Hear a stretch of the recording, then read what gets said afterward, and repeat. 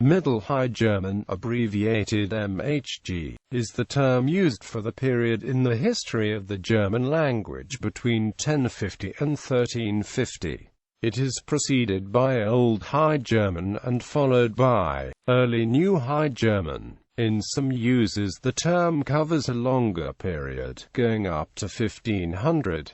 Varieties.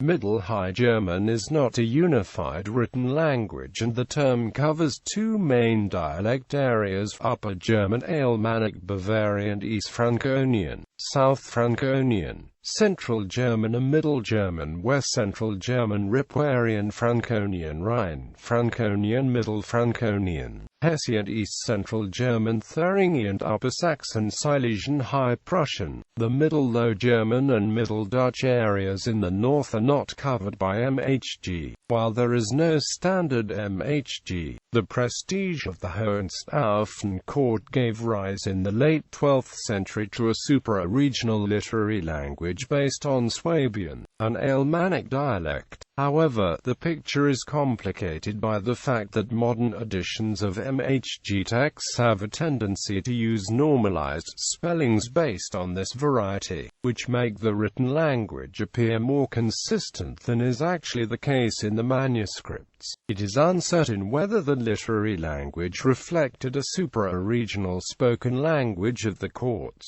An important development in this period was the eastward expansion of German settlement beyond the Elbe-Saale line, which marked the limit of Old High German. This process started in the 11th century, and all the East Central German dialects are a result of this expansion. Judeo-German is the precursor of the Yiddish language, which is attested in the 13th–14th centuries as a variety of Middle High German written in Hebrew characters. Writing system. Middle High German texts are written in the Latin alphabet, in Gothic minuscules that evolved into the fractal typefaces of the early modern period. Middle High German had no standardized spelling. Modern editions, however, generally standardize according to a set of conventions established by Karl Lachmann in the 19th century. There are several important features in this standardized orthography which are not characteristics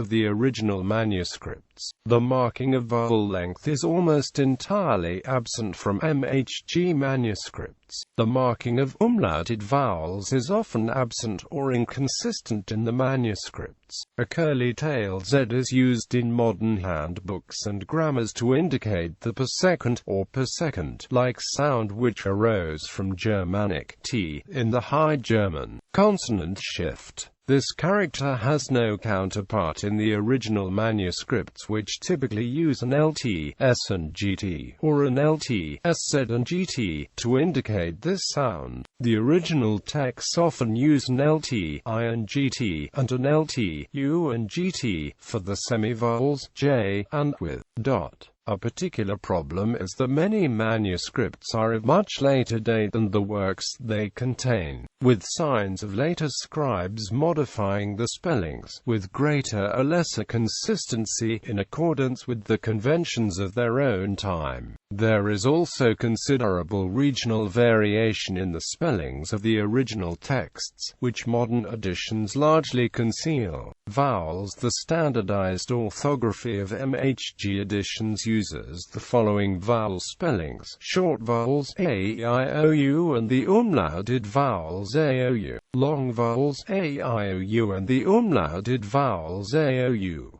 closing diphthongs a, ow, and the umlauted diphthong ow, u, I, opening diphthongs I, e, u, o, and the umlauted diphthong u. Grammars often distinguish between e and e, the former indicating the mid-open, which derived from Germanic e, the latter indicating the mid-close e, which results from primary umlaut of short a. No such orthographic distinction is made in MHG manuscripts. The etymological distinction made in German spelling between E and A, with A representing a lower vowel, A, arising from the secondary umlaut O of A, is valid for earlier MHG texts. By the end of the MHG period, the vowels written A merge in various ways, depending on the respective dialect.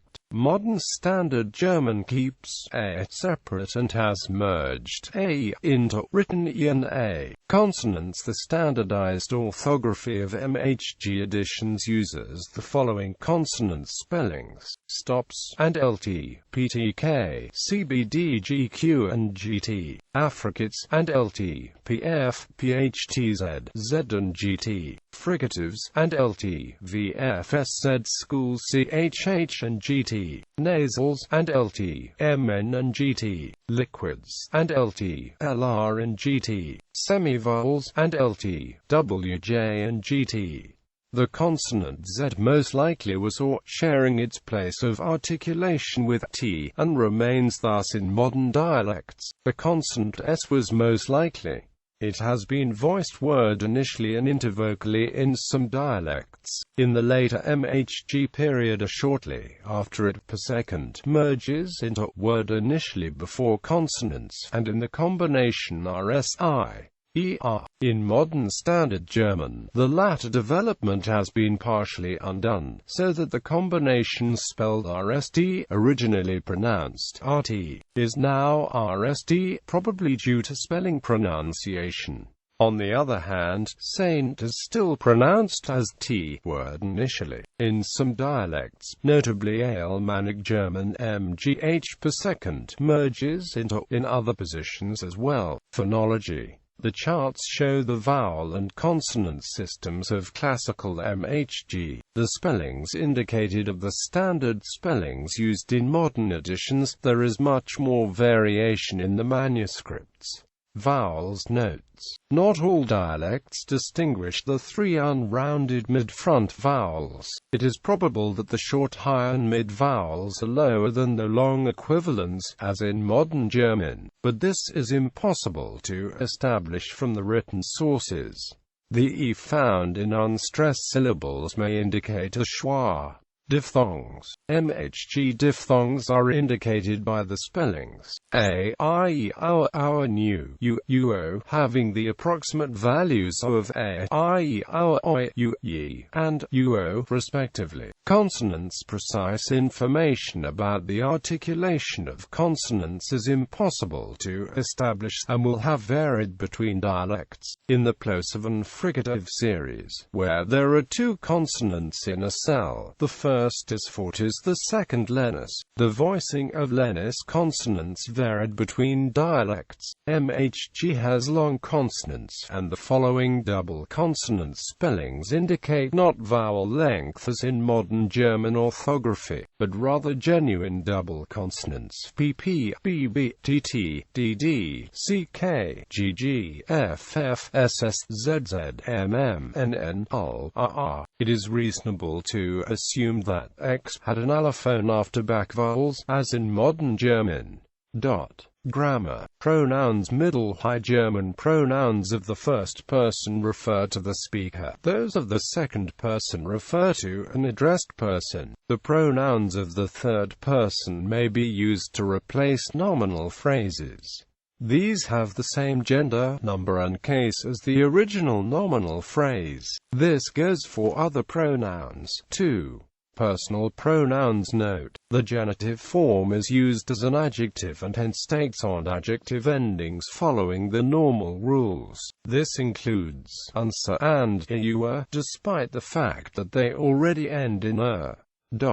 Nouns. Middle High German nouns were declined according to 4 cases, 2 numbers and 3 genders, much like modern High German, though there are several important differences. Strong nouns. Weak nouns. Note that E is a short, open, so MHG der, dr, as opposed to modern dar. Articles. Middle High German articles have a feature called strength, which influences the declension of the adjectives. There are strong articles, weak articles, and articles that have strong and weak cases.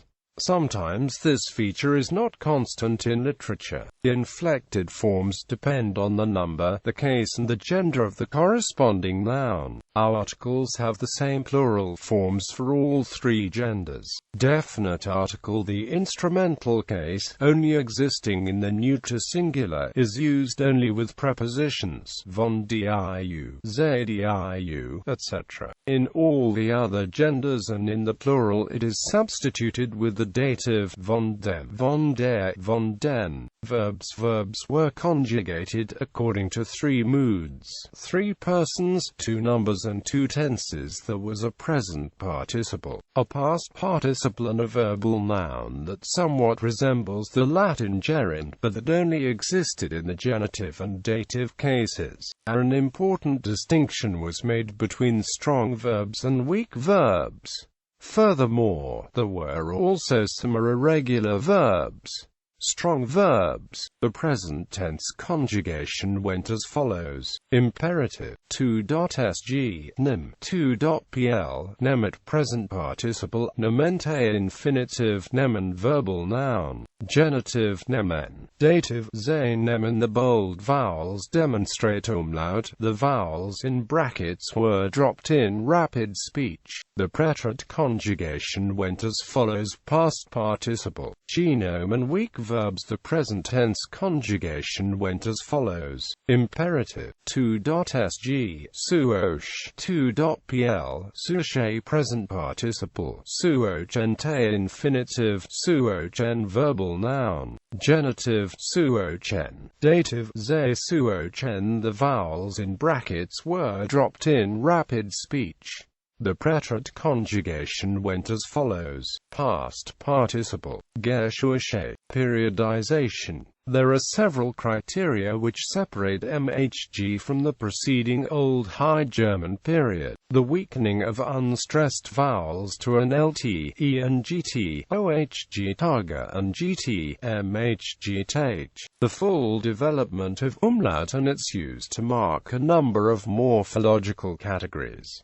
The devoicing of final stops, OHG tag and GT, MHG tag. Culturally, the two periods are distinguished by the transition from a predominantly clerical written culture to one centered on the courts of the great nobles, the rise of the Swabian Hohenstaufen and then the Luxembourg, Wittelsbach and Habsburg dynasties make the South the dominant region in both political and cultural terms. Linguistically, the transition to early New High German is marked by 4 vowel changes which together produce the phonemic system of modern German. Diphthongization of the long high vowels IYU and GT. This change didn't occur in Alemannic dialects except for Swabian, MHG hut and GT, NHGO. Monophthongization of the high-centering diphthongs IEU and GT, IYU. This change didn't occur in most Alemannic and Bavarian dialects, MHG huo and GT, NHG hut. Lengthening of stressed short vowels in open syllables, MHG Sagan, Zaren, and GT, NHG Sagan, Zaren. The loss of unstressed vowels in many circumstances, MHG Vruwer and GT, NHG Frau. The centers of culture in the ENHG period are no longer the courts but the towns. Sample text. For the prologue of Hartmann von Orsi-Wain, mid-13th century. This text shows many typical features of Middle High German poetic language. Most Middle High German words survive into modern German in some form or other. This passage contains only one word which has since disappeared from the language. But many words have changed the meaning substantially. Muo means state of mind, where modern German Mut means courage. Can be translated with honor, but is quite a different concept of honor from modern German era. The medieval term focuses on reputation and the respect accorded to status in society. For the beginning of Das Nibelungenlied,